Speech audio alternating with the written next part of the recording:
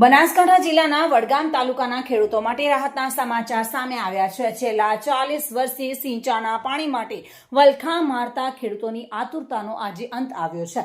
વડગામના વરસડા ગામે પાઇપલાઇન મારફતે નર્મદાના નીર પહોંચતા ગ્રામજનો અને ખેડૂતોમાં ખુશીનો માહોલ જોવા મળી રહ્યો છે।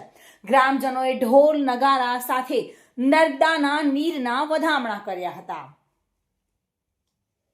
વડગામ તાલુકાના વરસડા ગામે આજે ઉત્સવ જેવો માહોલ સર્જાયો હતો। અહીંના 100 થી વધુ ગામડાઓમાં છેલ્લા 40 વર્ષથી સિંચાઈના પાણીની વિકટ સમસ્યા હતી। ભૂગર્ભ જળ ઊંડા ઉતરી જતા ખેતી અને પશુપાલન કરવું મુશ્કેલ બન્યું હતું।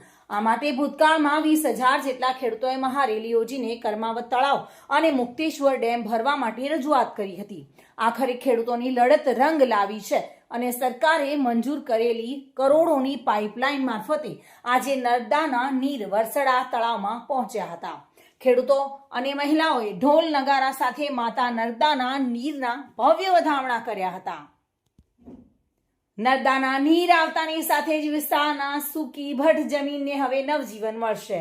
સ્થાનિક પશુપાલકો અને ખેડૂતોનું કહેવું છે કે ચોમાસા સિવાય ખેતી કરવી અશક્ય હતી અને પશુઓને પીવડાવવા માટે પણ પાણીના વલખા હતા, પરંતુ હવે તળાવો ભરાતા પાણીના તળ ઊંચા આવશે અને પંથક લીલોછમ બનશે। સરકારે ખેડૂતોની વેદના સાંભળીને જીવાદોરી સમાન પાણી પહોંચાડતા ગ્રામજનોએ સરકારનો આભાર માન્યો હતો। અમારા ગામમાં છેલ્લા 40 વર્ષથી પાણીનો એટલો બધો પ્રશ્ન મોટો હતો કે લોકો અહીંથી હિજરત કરવાની તૈયારીમાં હતા। ખેતી બિલકુલ બંધ થઈ ગઈ હતી, પણ આ ગુજરાત સરકારે અમારા ગામમાં અહીંયા પમ્પિંગ સ્ટેશન બનાવ્યું અને મા નર્મદાનો નીર અહીંયા નાખ્યો અને આજે અમે બધા આજુબાજુના ખૂબ ખેડૂતો પશુપાલકો આજુબાજુના ગામના લોકો ઢોલ નગારા સાથે વાજતે ગાજતે બહેનો સાથે અહીંયા નર્મદાના નીરના વધામણા કર્યા અને એ માટે અમે ગુજરાત સરકારનો ખૂબ જ મોટો આભાર માનીએ છીએ।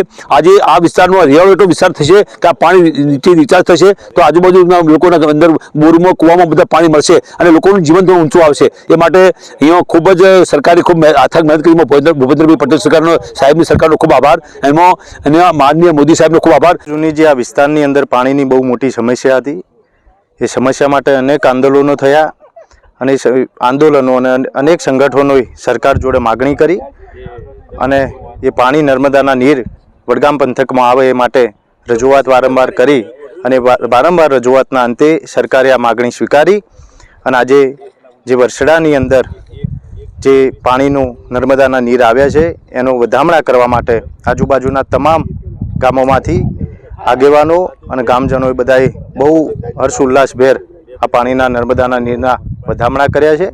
વિસ્તારમાં છેલ્લા 40-50 વર્ષથી ભૂગર્ભ તળ ખૂબ નીચા ગયા હતા અને એના માટે અમે સરકારશ્રીને છેલ્લા કેટલાક વર્ષોથી ખેડૂતો દ્વારા રેલી કાઢી અને કર્માવત અને મુકેશ્વરમાં પાણી ભરવાની રજૂઆત કરાઈ હતી। એની ધારદાર અસરથી આજે સરકારશ્રીએ અમારી આ વાત સાંભળી અને અમને પમ્પિંગ સ્ટેશન દ્વારા આજે લગભગ 10-12 તળાવો ભરવામાં આવ્યા છે। એમાં વરસડા મુકામે આજે જે તળાવ ભરવામાં આવ્યું એ ગામના લોકો ઢોલ નગારા સાથે હર્ષ આનંદ અને ઉલ્લાસથી આ પાણીના વધામણા કર્યા।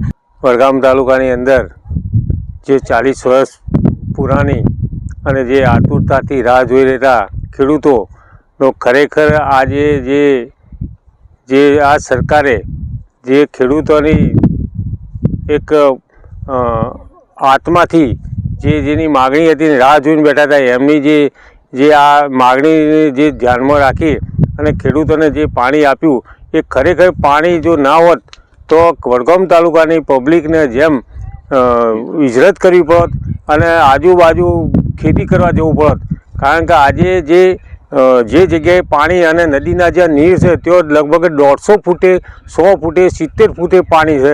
આજની તારીખમાં વડગામ તાલુકામાં 500-600 ફૂટે પાણી નથી અને પથ્થર લાગી જાય છે, તો ખરેખર પાણી વગર ખેડૂત કરે શું?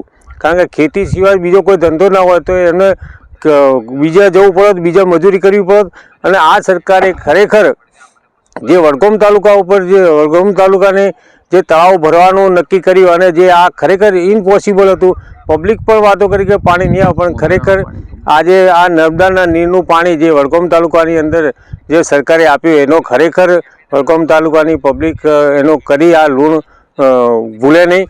નરેન્દ્ર મોદી સાહેબ પણ ખરેખર વડગામ તાલુકાને સામી નજર રાખી અને જે પાણી છે અને જે અમારા બધા જે વડગામ તાલુકાની અંદર જે આ વરસાદનું તળાવ ભર્યું એવી રીતે દરેક જો પાણી તળાવો અને ડેમો ભરી દેવામાં આવે તો અમારે 50-60 ફૂટે પાણી થઈ જાય તો ખેડૂતને બિલકુલ પાણી સસ્તું પડે.